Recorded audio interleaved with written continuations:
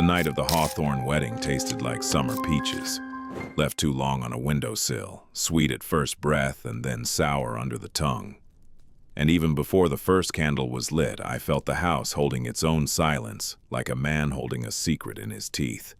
The air was thick with magnolia and coal smoke, and that slow coastal wind that usually cooled the veranda had gone still, as if the marsh had decided to listen. I remember thinking, standing in the kitchen doorway with sweat already shining on my wrists, that a celebration can have the same weight as a funeral when too many eyes are waiting for something to go wrong.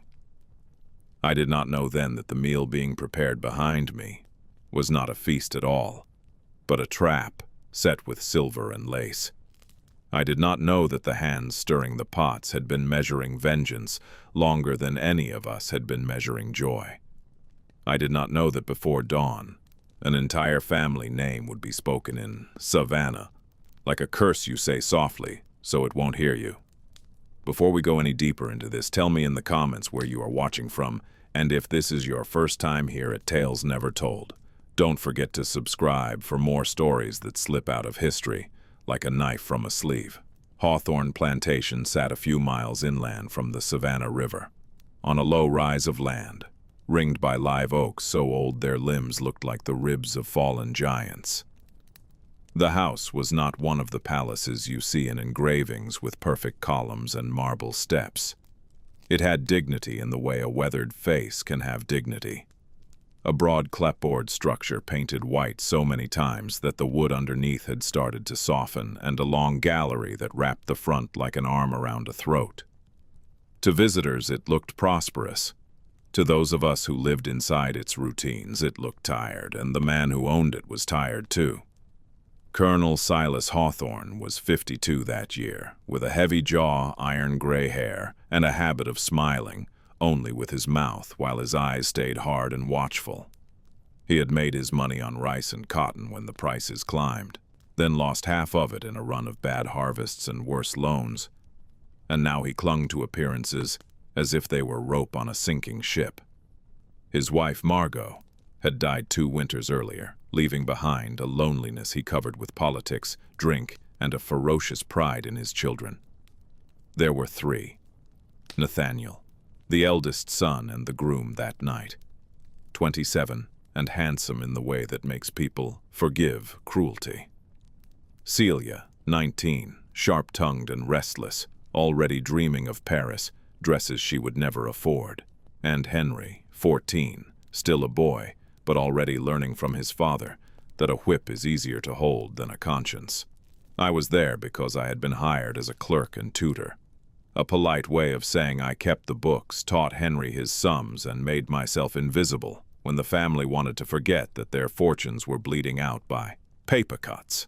I came from Charleston, poor enough to need the position, educated enough to be useful, and careful enough to stay alive among people who believed a hired man should not have opinions. The cook was named Bess. Everyone called her Auntie Bess in the quarters, though no one in the big house dared call her auntie to her face. She was in her late 40s, broad-shouldered, with hands that had survived every kind of heat a kitchen can give. If you stepped into the servants' corridor at dawn, you could smell her coffee before you saw her. And if you were smart, you learned that the mood of the plantation rose and fell with the mood of her pots.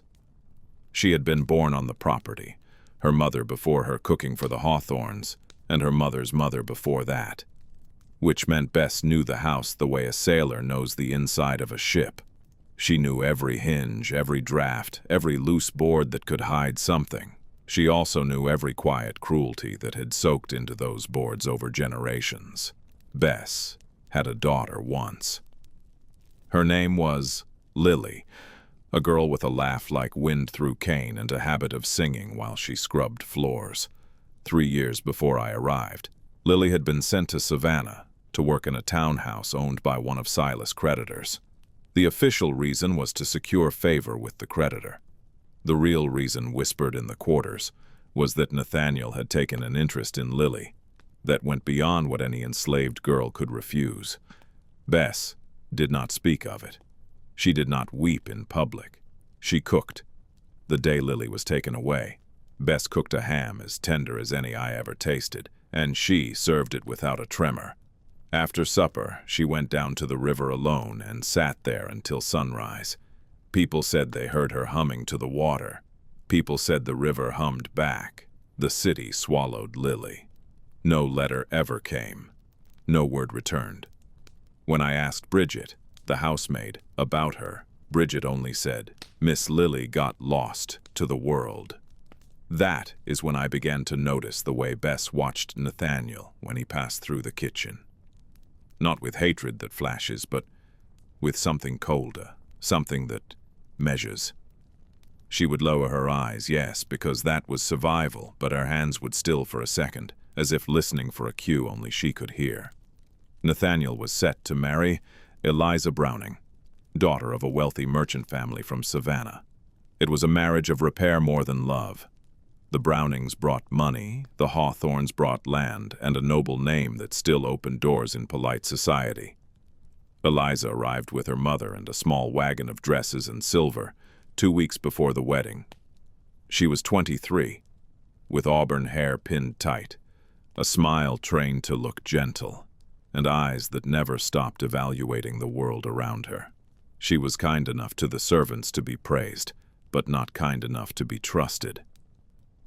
She laughed with Nathaniel on the porch in the evenings, and in the morning she spoke sharply to Celia about table settings and guest lists.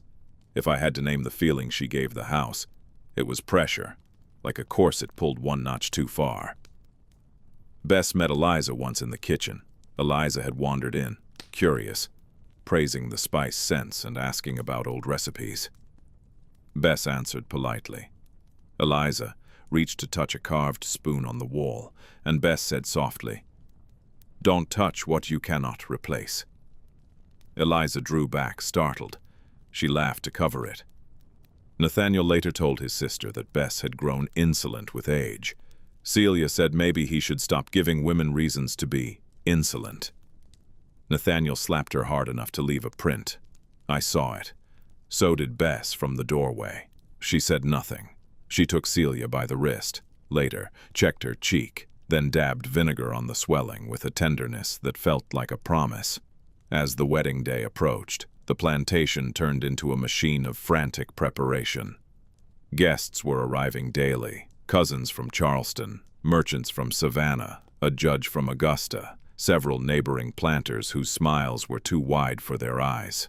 Silas wanted a spectacle. He wanted chandeliers lit, horses polished, a table that made people forget his debts at least for one night.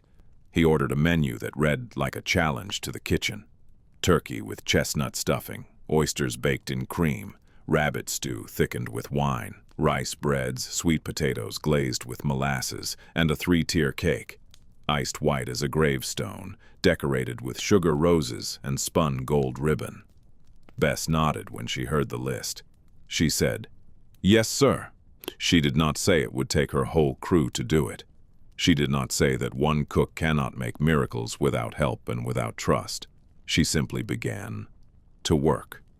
Through those days, I spent more time in the kitchen than usual, both because I was asked to help with lists and because something about that room felt steadier than the rest of the house. The big house above had become a stage full of rehearsed smiles. The kitchen still smelled like real things. Heat, onions, ash, sweat. In that heat, Bess was a kind of quiet general. She assigned tasks with a lift of her chin. She corrected seasoning by smelling the air before tasting the pot. She kept the younger girls from stealing sugar by letting them lick spoons when she chose. If anyone else had been in her position, the wedding might have been a chaos of burnt meats and bitter bread. Under Bess, it looked like it would be perfect. That was what unsettled me. Perfection can be a mass, too. On the morning before the wedding, I walked in and saw Bess alone at the long table, sorting herbs on a cloth. She had bay leaves, thyme, sassafras, and a small pile of something darker I did not recognize. Thin, dried slivers, almost black. I asked what it was. She looked up at me. Not startled, just calm. She said, "Root." I said, "Which root?" she said, "the one that remembers." Then she swept the slivers into a small pouch and tucked it into her apron. Her words sat in my chest all day like a stone. That evening, after the final guest arrived and the last lanterns were hung, I found Bess in the pantry. She was checking jars by lamplight. I noticed her hands were shaking slightly. I asked if she was all right. She said, "I've got work to finish." I said, "You are doing enough for 10 people." She looked at me for a long moment, and for the first time since I had known her, her eyes did not slide away from mine. She said, "Work is the only thing that keeps the dead from walking in." I did not know what to say. I laughed softly, the way people do when something is too heavy. She did not laugh. She turned back to her jars. I left. That night I dreamed of a table laid in a field, a wedding feast set squarely on the earth, and beneath it something moving like a buried animal. I woke before dawn to the sound of chopping in the kitchen, sharp and steady, and I knew Bess had not slept at all. The wedding day came bright and brutal, the kind of summer day that makes every shadow look like it was painted in place. Guests dressed in pale linen and lace sweated politely on the porch while the musicians tuned their instruments. The ceremony was held near the oak grove, a priest from Savannah repeating vows that sounded more like contracts than promises. Eliza smiled. Nathaniel smiled. Silas watched the crowd, rather than the couple, measuring every nod and whisper, like a banker counting coins. When the final amen fell, the guests applauded. The musicians struck up a reel, and everyone moved toward the house with the hungry cheer that comes from believing the real celebration is about to begin. Inside, the dining room had been expanded with extra tables, white cloths, silver candelabra, crystal from Savannah, and enough flowers to make the air feel thick. The smell of food drifted in from the kitchen corridors, rich and mouth-watering. People praised Bess before they even saw her. They did not know they were praising their own last meal. In a few minutes, that first course would be carried out, and somewhere in the heat below, Bess was stirring one final pot, tasting nothing, listening to a voice that had not spoken aloud in 3 years. The first course went out on trays that glinted like fish scales in candlelight, and as the door to the dining room swung open, the guests cheered the scent alone, a kind of greedy approval that made my throat tighten for reasons I could not name. I stood near the sideboard with the other household men, performing my small duties, refilling glasses, taking coats, listening. A wedding feast on a plantation is a performance of plenty. It is supposed to say to every neighbor and every rival that the family is stable, fertile, blessed, safe from every rumor. The Hawthorns needed that message conveyed more than most, yet as I watched the servants file in and out, I felt that the kitchen was sending a different message, one only a few of us could read. Bess did not come into the room when the dishes arrived. It was Bridget and old Isaac instead, their heads down, their steps quick. I peered past them into the hall, and for a breath I saw Bess standing by the kitchen door, her broad frame half swallowed by shadow, her apron tied tight as a bandage, her eyes fixed on the table with an expression I could not translate. She looked neither angry nor triumphant. She looked steady, like a woman waiting for a bell to ring. Then the door closed. The hall swallowed her, and the guests began to eat. The oysters were praised first. Men slapped their knees and said Silas had outdone himself. Women fanned their faces and said they had never tasted cream so light.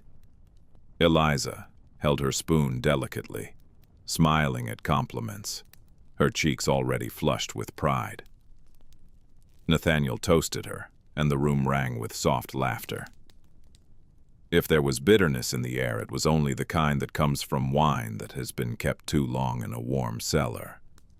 I told myself my unease was nerves, that I was tired from days of preparation, that this was simply the strange weight of watching strangers take over a house you know too well. But then I saw Celia, seated near the center table, lift her fork, hesitate, and look toward the corridor as if she heard something none of us could hear. She was pale under the candle stars, and her hand trembled once, before she set the fork down and forced a smile back onto her face. She caught my eye for a moment. There was a question in her look, a flicker of fear that died as soon as it appeared. I looked toward the corridor, too, expecting perhaps a servant stumble, a dropped tray, any ordinary cause. Nothing moved. The kitchen door stayed shut. The music continued. The second course followed. Turkey, carved at the head of the table by Silas himself, who stood with an exaggerated flourish, slicing as if each cut might sever his debts along with the meat. The stuffing was dark and fragrant, and guests leaned in as if their own mouths were in danger of being forgotten. I watched Eliza eat.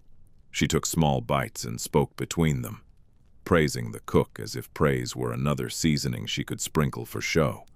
Nathaniel ate faster, more boisterously, asking for more, laughing at jokes he had heard a dozen times. I noticed his left hand trembling slightly when he passed his plate for seconds. He mopped his brow, blaming the heat. I told myself it was the brandy already working in him. Ever since Margot's death, he drank as if thirst were a moral duty. Across the room, I saw Judge Whitcomb from Augusta dab at his lips and swallow hard, then laugh it off.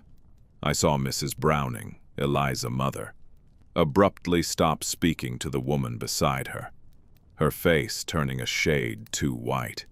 She drank water, then wine, then water again, with quick little sips that made her chin quiver. A murmur passed down the long table. Someone said perhaps the turkey was richer than expected. Someone else blamed the oysters.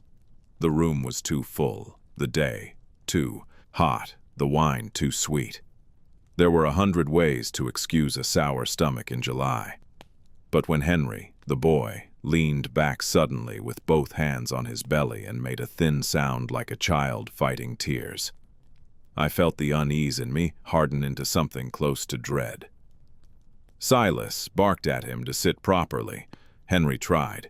He took another bite to prove obedience. Then he gagged into his napkin. A few guests laughed nervously. Silas apologized, saying the boy had eaten pastries all afternoon. Henry stumbled from the table before anyone could stop him, his chair scraping the floor. I moved instinctively to follow, but Silas shot me a glance that pinned me in place. The boy ran down the hall. The laughter resumed in a thinner register. The musicians played louder. A wedding feast can swallow small emergencies the way a river swallows pebbles. Yet it was no small emergency now. In the next few minutes, the pebbles became boulders.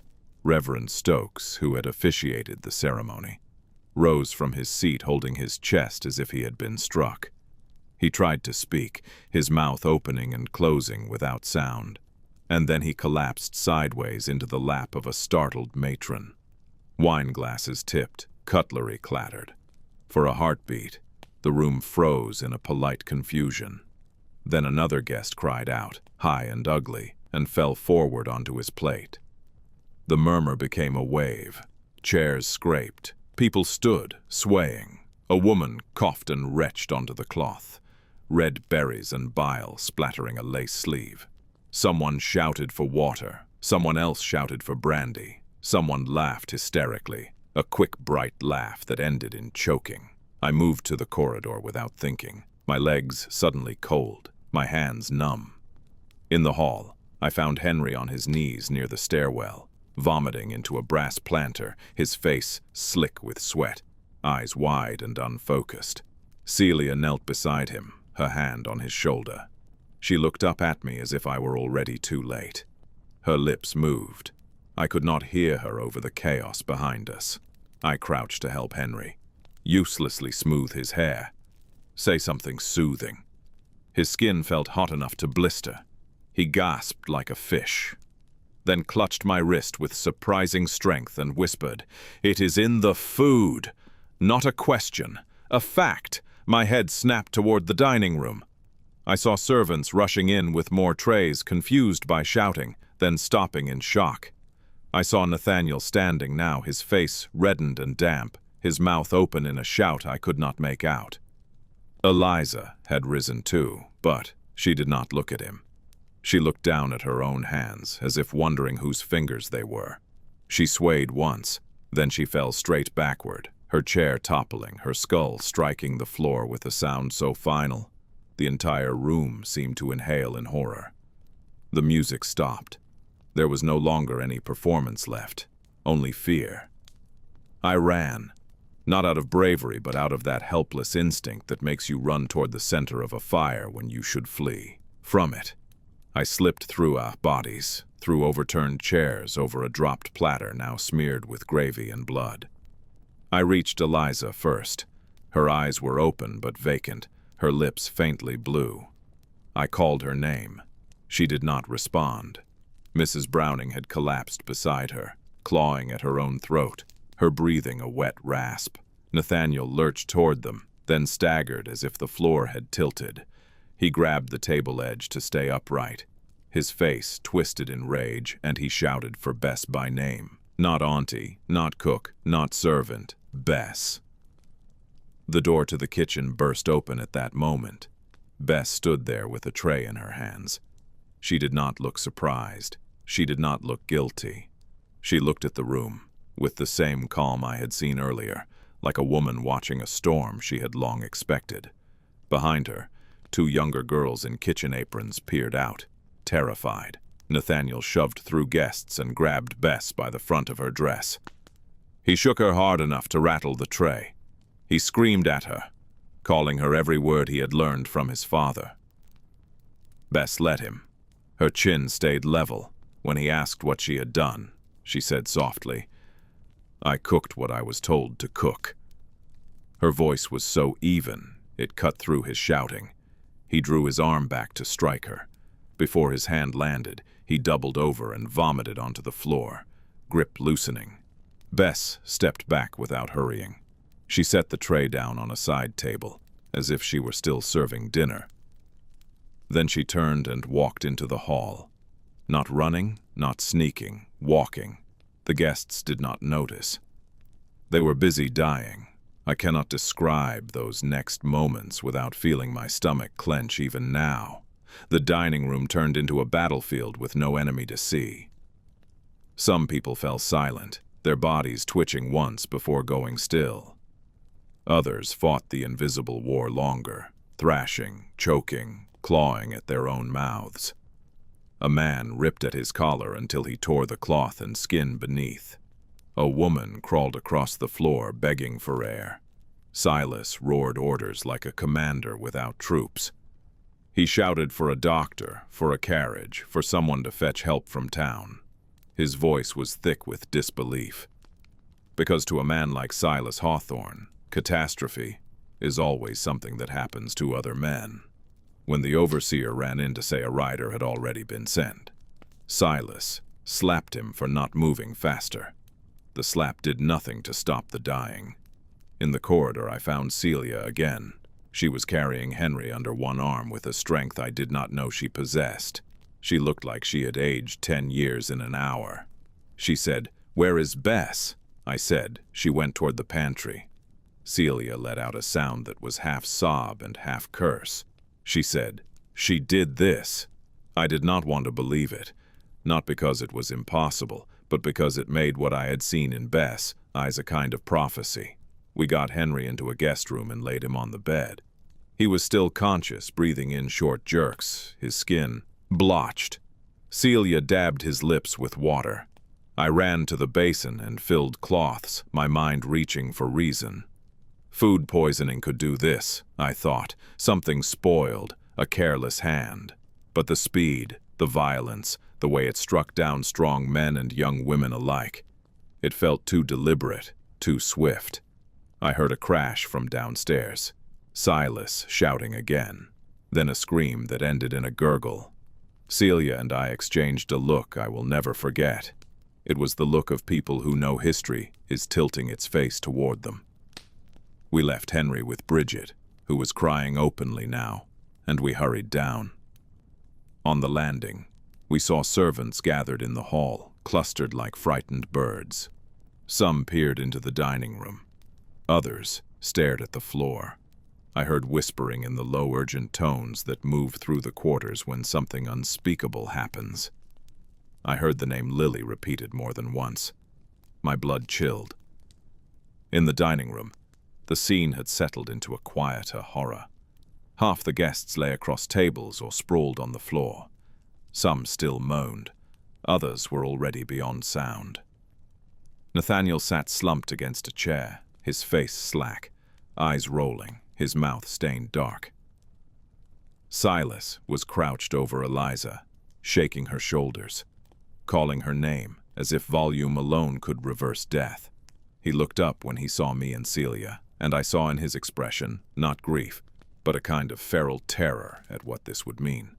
The Brownings' money, the Hawthorne reputation, the future he had built out of borrowed promises. All of it, bleeding out under candlelight. He pointed at me. He said, "Find the cook. Lock the doors. No one leaves." I did not move. Celia did. She marched past him and knelt by Eliza. She pressed fingers to her throat. She shook her head. She did not cry. I realized then that Celia was not built to collapse. She was built to survive. The doctor arrived in a blur of wheels and shouting. Dr. Pruitt, from the nearest farm, a thin man with a bag of instruments and a face already pale with dread before he entered the room. He knelt by bodies, checked pulses, spoke rapidly to Silas. There was little he could do. He ordered windows opened, water brought, cloths soaked in vinegar placed under noses, the same desperate measures you see in any household when the true cause is unknown. He examined the food as well, sniffed gravies, lifted lids, frowned. He asked who had prepared the meal. Silas spat the name Bess again as if it were poison itself. Dr. Pruitt asked where she was. No one answered. A search began then, frantic and half-blind. Overseers and housemen rushed through halls and storerooms. The pantry was empty except for jars and sacks. The kitchen was in disarray, pots still warm, knives still wet. The younger girls swore Bess had left through the servants' door shortly after chaos began. Silas ordered hounds brought. He ordered lanterns. He ordered every slave on the property lined up for questioning, despite many of them being in shock and some sick as well from tasting scraps. I followed Celia to the back steps as night gathered, the air thick with mosquitoes and the smell of overturned food rotting in summer heat. She stopped me at the door. She said, "You know something."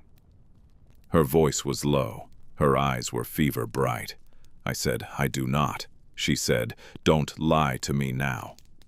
I remembered Bess in the pantry saying work kept the dead from walking in. I remembered the black slivers of root. I remembered the way she watched Nathaniel. I swallowed. I said, "Bess has a daughter." Celia stiffened. She said, "Everyone knows that. Everyone knows she had a daughter." I said, "Not had. Has maybe. I do not know." But the daughter disappeared after Nathaniel sent her to town. Celia closed her eyes as if the truth were a sting. She said, "He did not send her." I said, "What do you mean?" Celia looked at the yard, at the torches bobbing through the darkness along the hedgerows. She said, "He sold her. He sold her to the Brownings before the engagement was even public. He needed money. He needed to show them he could be discreet about his vices." She said it like a report, not a confession. My stomach turned. I said, "How do you know?" She looked at me with something like contempt for my innocence. She said, "I saw the letter in Father's desk. I saw Lily's name on the receipt. I felt my blood drain." In that moment, the wedding collapsed in my mind into something else entirely. Not a celebration, but a bargain made out of a girl's body. Celia went on, voice trembling now. She said, "I tried to tell Bess to run. I tried to tell her not to stay. She said she had already lost everything she could lose. She said the house owed her a debt older than we were. She said she was waiting for it to come due." Celia pressed her fist to her mouth as if holding back a scream. I had no words. The search lasted into the night. Hounds sniffed along the path toward the river, along the kitchen gardens, into the oak grove where lantern light twisted shadows into long black claws. At midnight they found nothing. At dawn they found a trail, not blood, not torn cloth, a trail of ash. It began near the smokehouse, led toward the old slave cemetery beyond the cane field. The men who followed it returned pale, refusing to say what they had seen. Silas stormed out himself near noon, taking 2 overseers and Dr. Pruitt. I went along out of instinct, and perhaps a need to understand. The cemetery was a clearing under thick oaks, the ground rising slightly, marked by simple stones and wooden crosses that leaned like tired sentries. It was quiet enough to hear insects. We saw the ash trail end at a fresh mound of earth, dark and wet. A shovel lay beside it. On the mound was a white cloth. It was Bess' apron, folded neatly. Dr. Pruitt knelt, touched the soil. It was newly turned, but there were no footprints beyond the ash. Silas roared for someone to dig. The overseers drove their shovels into the ground. Within minutes they struck something not soil, a wood plank. They pried it up. Beneath was a box, simple, improvised. Inside it lay bones. Not old bones, not the pale, brittle kind a grave yields after years. These were waxy and fresh, fixed together by tendons not yet surrendered to decay. A human skeleton, curled on its side as if sleeping. A skull with coarse black hair still clinging in tufts. The stench rose like a fist. Dr. Pruitt gagged. One overseer staggered away. Silas stared, his mouth opening and closing, and then he made a sound that did not seem to come from a human throat. The box held more than one body. Beneath the first were smaller remains, the delicate ribs of an infant, a scrap of blue cloth with a stitched initial. The same initial I had seen on a towel in the kitchen, embroidered long ago by a girl who used to sing while she scrubbed. L. My knees buckled without warning. I fell to the ground, palms in damp soil, the world spinning. Celia, who had followed us silently, let out a small broken moan. She buried her face in her hands. Dr. Pruitt whispered, "This was done recently." His voice shook. Silas turned on him like a dog. He said, "Who did this?" Dr. Pruitt looked at the box. He said, "Not who, how." He lifted the skull, gently, and examined the teeth. There were chips along the molars, as if someone had been forced to bite wood or rope. He pointed to the wrists, where the bones showed ridged abrasions. Bound. He looked at Silas then. His eyes were full of a pity that felt like an accusation. He said, "This girl died in pain." Silas drew himself up, rage and fear wrestling on his face. He said, "That does not prove my son did anything." Celia flinched. I saw in her posture the familiar reflex of a daughter preparing for a blow. Dr. Pruitt did not lower his gaze. He said, "Colonel, the grave is on your land. The girl was your property. If she died here, the question will be asked in Savannah whether you were careless or cruel. Either answer will ruin you." Silas looked as if he might strike him, then his eyes slid to the smaller bones beneath. Something in him faltered. Not remorse, not compassion. Calculation. He looked around at the men gathered, at the oaks, at the open earth. He said, "We close this, we bury it again. We do not speak of it. We say the woman fled, and the guests were struck by a sickness. We say nothing else." One overseer nodded. Another hesitated, his face gray. Dr. Pruitt opened his mouth to protest. Silas cut him off. He said, "Doctor, your task is to preserve life, not destroy families. If you speak, you will be buried with her." Dr. Pruitt swallowed his words. He looked at me, perhaps because I was an outsider to their blood. Perhaps because he wanted a witness who could not be threatened so easily. I could not meet his eyes. We reburied the box. Ash and soil swallowed Lily. Again.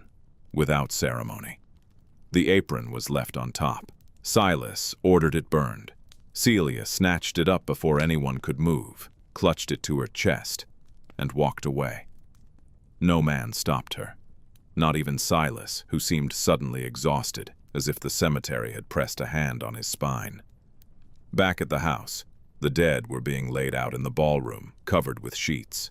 Some guests had survived the poisoning after hours of agony, others had not. The count by sunset was grim. 12 bodies, perhaps more. Families screamed, husbands sobbed. The Brownings were among the dead. Eliza was dead. Reverend Stokes was dead. 2 children from Savannah were dead. Nathaniel lived through the afternoon, drifting in and out, his eyes floating in a sea of fever. Dr. Pruitt bled him, dosed him with charcoal and milk and prayers, none of it sure. Near midnight, Nathaniel began to convulse. Silas held his shoulders down, shouting for him to stay, promising him every inheritance, every forgiveness. Nathaniel vomited something black and gave one long shudder. Then he went still. Silas hugged the body as if he could keep it warm by force. I stood in the corner watching a man collapse under a weight he had built himself, and I felt no satisfaction. Only a bleak understanding of how violence circles back like a hawk.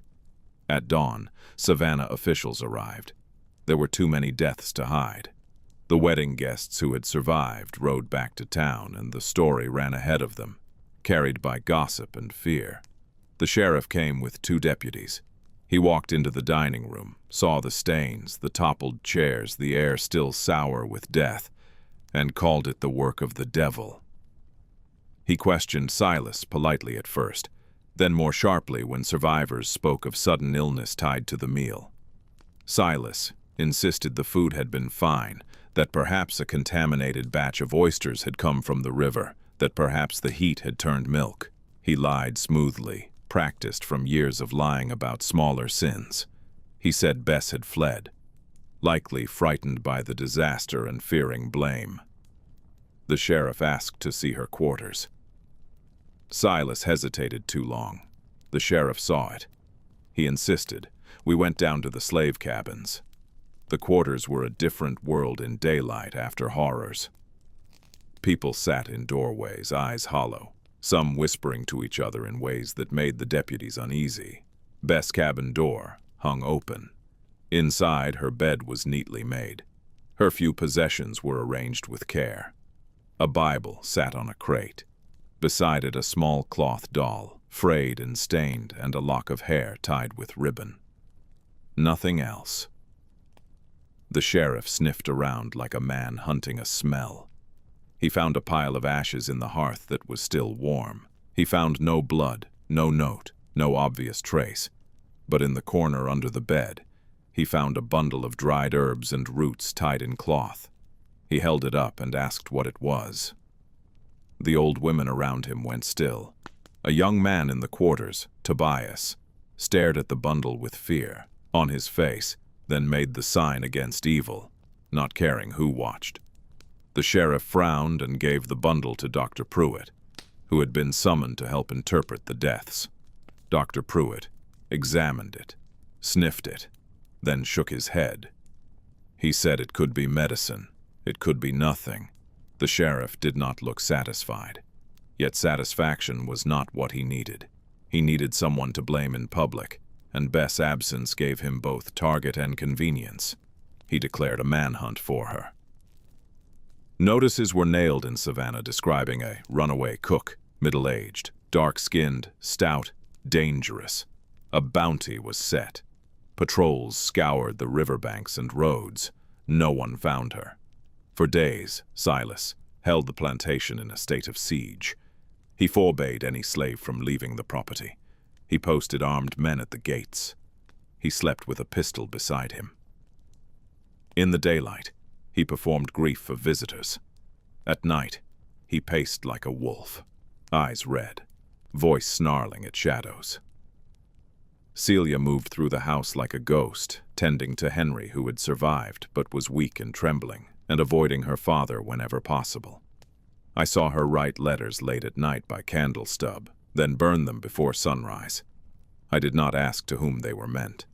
My own mind was full of questions that had no safe place to go. I began quietly searching the house for answers. Part of it was duty, part of it was guilt. If Bess had done this, then something in this house had driven her to it. I needed to know what. It did not take long to find the letters Celia had mentioned. Silas was not careful with his office anymore. Grief makes men sloppy. I waited until he stumbled out to the porch one evening, drunk, ranting to the dusk about enemies who had always wanted to see Hawthorne fall. I slipped into his office, locked the door, and went to the desk. In the top drawer, I found receipts, loans, and a bundle tied with red string.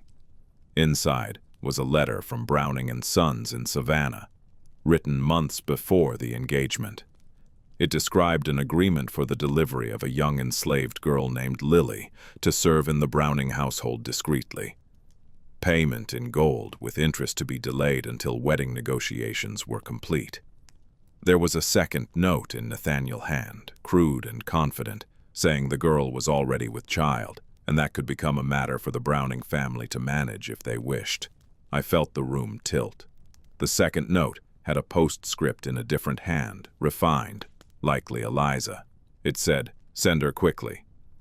Do not let her embarrass us in town." There was no signature. It did not need one. I sat with the papers trembling in my hands, the weight of their casual cruelty crushing my chest. Lily had not been sent away to earn favor. She had been sold to hide a scandal. She had been pregnant by Nathaniel. She had been disposed of before she could complicate a marriage meant to save a name. The baby had been disposed of too. When I folded the papers back, I noticed a small stain on the corner of the first letter. Dark, almost black, not ink, something else. A drip. Perhaps from a hand that had held it with wet fingers. I thought of Bess' apron folded on a grave. I thought of the black slivers of root. The one that remembers. I returned the letters to their bundle and slipped out. I never told anyone what I had seen. Not because I was loyal, because I was frightened. The plantation was now a carcass being watched by hungry men. Truth could get a man killed as quickly as poison. Still, it ate at me. Henry recovered slowly, and in his fevered nights he mumbled about dreams of a woman singing by the river. Celia sat beside him, gripping his hand, whispering back to that dream, as if it were a person in the room. I watched her through a crack in the door once, heard her say, "I am sorry, I am sorry, I am sorry," over and over, until the words became a rhythm. I realized her apology was not only for Henry. It was for Lily. It was for Bess. It was perhaps for herself, because she had known and had not saved anyone. The third week after the wedding, a patrol found a body near the marsh, half hidden in reeds. Not Bess. A young white man, a bounty hunter from town, his throat cut clean, his pockets emptied of the bounty notices he carried. There were no tracks nearby, only a circle of flattened grass, as if something heavy had been dragged. The patrol returned to Silas with the news. Silas swore and doubled the patrols. The sheriff in Savannah raised the bounty, calling Bess an armed murderer now. The quarters grew quieter. Not with fear of Bess, but with a slow, simmering dread of what Silas might do in his panic. He began beating men for small mistakes. He accused women of hiding her. He threatened to sell families south if anyone lied. Yet, no one lied, because no one knew where she was. Or if they did, they would not tell. There are secrets that live in a community like seeds waiting for rain. That summer, the rain was blood. I began keeping my own small journal again, something I had not done since my student days. I wrote down what I had seen at the wedding. I wrote down the grave. I wrote down the letters. I wrote because I felt I might go mad if the story stayed only in my head. I also wrote because I had a growing sense that I might not survive this place. And if I did not, someone should know why the Hawthorne wedding turned into a slaughter. One afternoon, as the heat pressed down like a hand, Celia came to me in the library. She had dark circles under her eyes. She closed the door behind her very carefully. She said, "I want you to tell me the truth." I said, "About what?"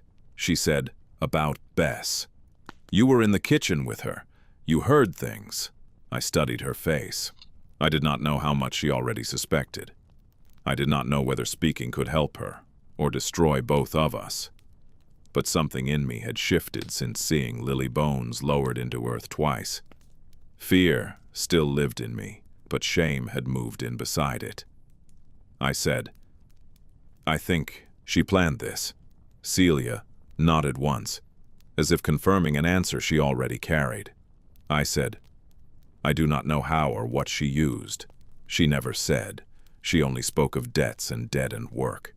Celia sat heavily in a chair. She rubbed her forehead. She said, "Bess told me a story when I was little. She said there are plants you do not take unless you are ready to pay the earth back with your soul. She said some roots cure, some roots kill, and some roots do both, depending on the hand that grasps them." She looked at me, eyes shining. She said, "She always knew the woods better than any man on this land." When Father wanted a fever broken, he asked her, not the doctor. When the pigs got sick, he asked her, not the overseer. He trusted her because he thought she was only a cook. Celia laughed, a brittle sound. She said, "He never imagined a cook can also be a judge." I did not contradict her. I had no heart for it. She stood. She went to the window and looked down at the yard where overseers were drilling men with rifles in case Bess returned. Celia said, "Do you think she is alive?" I did not know, I said. "I think she is cunning." Celia said, "I hope she's alive." Then she said something that chilled me more than any ghost story. She said, "If she's alive, she will come back for Father." I wanted to tell her that vengeance can rot the soul of the one who carries it, that revenge is not a clean blade, but a rusted hook. But I also wanted to tell her that Silas had earned every nightmare coming to him. I said nothing.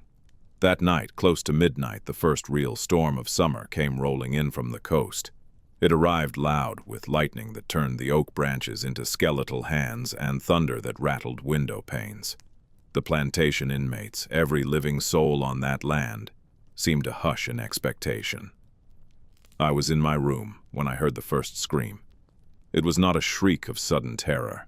It was a long howl, rising as if something old inside a person had finally torn open. I ran into the hall. Doors were opening. Servants were spilling out. I followed the sound down the stairs to the servants' corridor. There, I found one of the younger kitchen girls, May, crumpled on the floor, rocking, pointing toward the pantry. Bridget was trying to calm her. I asked what happened.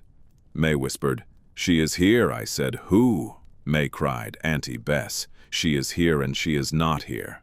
Her eyes were wide with a kind of horror that did not belong to a child in a storm. I shoved open the pantry door. The room was empty, except for the smell. Not the smell of food, the smell of river mud and smoke and something sharp like crushed green bark. A lantern on the shelf flickered, although there was no draft. I stepped in. On the table lay a single peach, whole and uncut. It was summer fruit, fresh, with a bite taken clean out of it. The bite mark was small. The peach juice had not dried. Whoever was here had been here moments ago. I turned. A flash of lightning lit the pantry window, and for an instant I saw a silhouette outside, broad-shouldered, head wrapped in cloth like Bess always did when she went into rain. Then the lightning ended, and the yard was darkness again. I ran to the back door. I flung it open into the storm. Rain slapped my face. Wind shoved at my chest. The yard was empty. Yet on the wet earth leading away from the kitchen steps, I saw footprints. Bare feet, deep and steady, moving toward the cane field. They were already filling with rain. I hesitated only a second, then I ran after them. I do not know what possessed me. Perhaps I felt responsible. Perhaps I wanted answers. Perhaps I was simply tired of being a spectator to evil. I followed the prints across the yard, through the garden, where herbs bent under rain, toward the cane field where the stalks hissed like a crowd. The prints led into a narrow path between cane walls.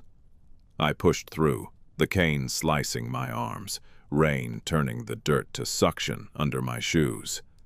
Ahead, lightning flashed again, and I saw her clearly. Bess stood at the far end of the path, just beyond where the cane opened into the river trail. She was soaked, her dress clinging to her, her head wrap darkened. She held something in her hand. A lantern, or perhaps a bundle. I could not tell. I shouted her name. She did not run. She turned her head slowly. In the lightning, her face looked older than human years should allow, lined not only by labor, but by something like grief carved into stone. She looked at me the way one looks at a stranger who has wandered into a private ritual. She said, "You should not follow what you cannot understand." Her voice was calm, almost gentle, as if she were scolding a child. My mouth opened. I said, "The sheriff is hunting you." She said, "The sheriff hunts what the master points at." I said, "The plantation is tearing itself apart." She said, "It was already apart." I stepped closer, rain soaking me. I said, "Why did you come back?" She lifted her hand slightly. In it I saw the bundle now, cloth wrapped around something long. She said, "To finish what I started." I felt my chest tighten. I said, "You killed many who had done you no harm." She looked at me without blinking. She said, "Harm is a river. It don't stop at the bank you choose." That word, "don't," without an apostrophe, sounded in her mouth like a verdict. I swallowed. I said, "Lily is dead." Her face did not change. She said, "I buried her." I said, "You buried her in the cemetery." She said, "I buried her in this house first." I did not understand. She saw it on my face. She said, "When they brought her back from town, they brought her in a wagon at night." She was already quiet then. She was already gone. She had a baby in her belly that did not have air. Nathaniel and Silas said she fell sick in Savannah and died on the road. They said to me, "Cook for the guests tomorrow. We will handle the body." She paused. Rain ran down her cheeks like tears she refused to make. She said, "I handled it. I handled my child. I handled her." "Child," I said, "where is she now?" She said, "In the ground where she should have been safe." I said, "Why poison the wedding?" Bess' voice lowered. She said, "Because they were celebrating a bargain made of her blood. Because they were eating meat bought with her breath. Because one day a high table has to taste what it has been feeding on." She took a step toward me. The cane swayed around us. Thunder rolled. She said, "You saw the letters." I froze. She had not guessed. She had known. She said, "Do not pretend." The ink was still wet when I touched it. I waited for a sound in the hall. I waited till everybody slept. I read. I knew. I knew before your kind ever wanted to know. She looked past me toward the house, a white shape in dark rain. She said, "Silas thinks he can sweep bones back into earth and call it mercy. He thinks he can hide behind law and scripture. But the river remembers, the kitchen remembers, the ground remembers, the ones who eat remember." I felt fear and awe not together. I said, "If you go after Silas, they will kill you." She shrugged once, small and final. She said, "They have been killing me a long time." She moved past me then, toward the river trail. I reached for her without thinking. I grabbed her wrist. Her skin was cold, rough. I said, "Let me help you." She turned fully to me. For a moment, her eyes softened. She said, "You are not the one who owes this debt." I said, "I live in this house. That makes me part of it." She said, "Part of it, maybe, but not built from it." She pulled her wrist gently from my grip. She said, "Go back. Take the boy. Take the girl. Get clear of what comes next." I said, "Celia knows. She hopes you will come for him." Bess' eyes flickered. She said, "Celia is not her father. She carries her own ghosts." Then she stepped into the darkness and the cane swallowed her. I stood there breathing rain, hearing my heart thud like a drum in war. When I returned to the house, the yard was empty. The footprints were already erased. The pantry peach was gone. Either Bess took it or someone else did. In the morning, Silas ranted about the storm damaging fences. He said nothing about the pantry. I did not tell him what I had seen. I went to Celia instead. She was sitting by Henry's bedside. She looked up when I entered. I could tell by her face that she already knew. I said she was here. Celia closed her eyes. She whispered, "Thank you." I said, "She is going after Silas." Celia flinched, not in fear for her father, in fear of what that would make Bess become. She said, "What can we do?" I said, "Leave." She stared at me. I said, "She told me to take you and Henry away." Celia laughed softly, a sound like a cracked bell. She said, "You think Father will let us?" I said, "He is not the only one who can decide." She looked at Henry, thin under sheets, and something in her hardened. She said, "Tonight, we go tonight. Leaving a plantation is not as simple as walking out a door. There are gates, there are patrols, there are reputations that follow like dogs." Yet chaos had loosened the house. Silas was drunk more often than not, and the overseers were focused on hunting a phantom. That evening after sunset, Celia and I packed a small bag each for her and Henry. We told Bridget to be ready with a carriage at the side path where old willow trees hid the road. Bridget agreed without question. She had her own reasons to want the children away from what was coming. Henry was too weak to travel easily, but fear can steady a body that illness would drop. We dressed him and carried him down the back stairs.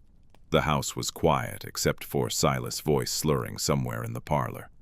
We slipped out through the kitchen yard, past a sleeping hound, and into the carriage. Bridget drove without lantern. The moon was enough. The wheels creaked softly. The side path took us past the edge of the oak grove and down toward the main road to Savannah. At the bend where the river trail met the lane, Bridget pulled up abruptly. A figure stood in the road, lantern raised. My first thought was patrol. Then the lantern light fell on a face I knew too well. Bess. She was standing with the rain cloak over her shoulders, the bundle still in her hand. She lowered the lantern as we approached. Celia leaned forward in the carriage. Their eyes met. There was a silence that felt like a bridge forming over a chasm. Celia whispered, "I am sorry." Bess looked at her long, then said, "Take him to town. Keep him alive." Celia nodded, tears spilling. She said, "Come with us." Bess shook her head. She said, "My road is behind you." Celia said, "He will kill you." Bess said, "He will try." She stepped closer to the carriage and touched Henry's forehead with 2 fingers, a gesture like blessing. Henry, half asleep, mumbled, "Auntie." Bess smiled faintly at the sound. She said, "You are a good boy. Remember what you saw. Remember what you felt. Do not grow into a man who forgets." Henry stirred, eyes fluttering. He whispered, "I won't." Bess looked at me then. She said, "You too. Remember." I said, "I will." She nodded once, satisfied, then moved aside. Bridget drove on. The lantern behind us vanished in trees. We reached Savannah by midnight and took refuge in a small boarding house owned by one of Celia's mother's cousins, a widow who owed the family favors, but also had sense enough to ask no questions. Celia put Henry to bed and then sat at the window watching lightning play far inland over the plantations. She did not speak for a long time. I sat across from her, exhausted, stomach still knotted. Finally she whispered, "She is going to die." I said, "Maybe not." Celia said, "She already died." I did not understand. Celia looked at me with hollow clarity. She said, "There is a death that comes long before the body stops." She said, "Father gave it to her. Nathaniel gave it to her. We all gave it to her by living comfortable while she buried Lily alone." She pressed her palm to the glass. She said, "If she kills him, it does not bring her back. I said. No, but it may stop him from killing others. Celia laughed bitterly. She said, men like him always sprout somewhere else. Still, neither of us slept. At dawn, news reached town on fluttering tongues. A rider had found Silas Hawthorne dead in his office, stabbed clean through the chest, slumped over his desk with his blood soaking the loan papers like ink.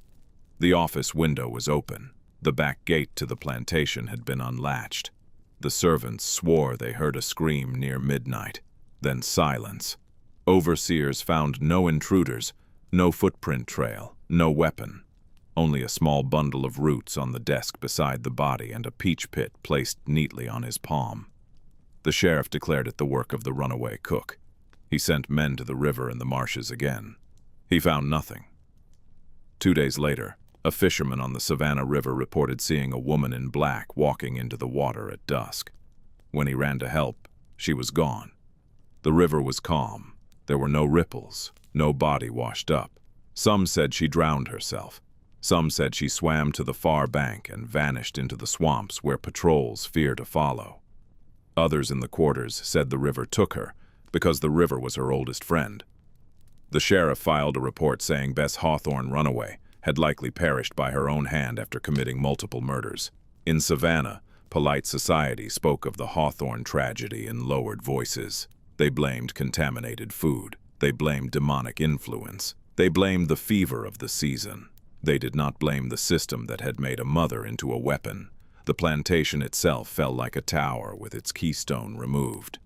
Without Silas and Nathaniel, without Browning money, creditors descended. The estate was seized within months. The land was divided. The enslaved families were sold off to cover debts. Celia fought in court to keep at least some together, but a young woman with no dowry and a brother still weak had no real power. She managed to free Bridget and 2 others by selling her own jewelry, quietly, before the auctions. The rest were scattered. I watched those sales from a distance, sick with shame because I recognized in their faces the same hollow terror Lily must have carried as she was driven toward Savannah. The cycle did not end because one cook poisoned a wedding. It only changed shape. Celia never married. She kept Henry with her in Savannah and took work as a seamstress and teacher. She refused to return inland. She refused to step on plantation earth again. Henry grew into a quiet, sharp-eyed man. He went north before the war came, studying medicine in Philadelphia, and later came back as an army surgeon. He never spoke publicly about the wedding, but he wrote a letter to me once during the war, with a single line that I have kept folded in my journal to this day. He wrote, "I remember what I felt, and I will not forget who taught me. I did not stay in Savannah. The guilt in me had become a kind of sickness, and I knew I could not swallow it in a city that thrived on forgetting. I left for New York before winter, taking my journal with me. Yet the story did not leave. It followed me like the smell of smoke in hair. Sometimes in the years that came after, I would wake in a cold sweat tasting peaches that were sweet and then suddenly rotten. Sometimes I would hear a kitchen knife hitting wood in my dreams and think of a mother sharpening grief into something the world could not ignore. I have spent the rest of my life turning over the question of whether Bess Act was justice, revenge, or simply the last language left to a woman denied every other kind. Men in courts call it murder. Men on porches call it madness. The quarters called it a debt paid back with interest. I am not sure any of those words are wide enough. What I am sure of is the way Bess looked at me in the cane field, rain on her face, voice steady as a psalm. Harm is a river. That sentence explains more of the South than any speech written by a senator. Harm flows downstream, taking whatever it touches, widening with every unseen tributary. Lily Harm did not end with her grave. It poured into a wedding, into a dining room full of white cloth and laughter. It poured into a father's chest and a son's throat. It poured into a daughter's life of solitude and a boy's vow to heal rather than hurt. And it poured into me. A man who thought himself an observer until the day his hands touched soil over a girl's bones. Some nights I still imagine Hawthorne Plantation the way it sits now. Broken into smaller farms, the big house long gone, oaks still twisting their arms over fields that pretend innocence. I imagine travelers passing by, unaware that beneath those roots there is a box in the earth, and perhaps no box at all, only the memory of one. I imagine the river at dusk, dark and patient, holding secrets like stones on its bed. I imagine Bess walking along its bank, not a ghost with chains, but a woman finally unchained by her own will, stepping wherever she chose. If this story has pulled you into its shadows, make sure to subscribe to Tales Never Told and keep your eyes open for the next one.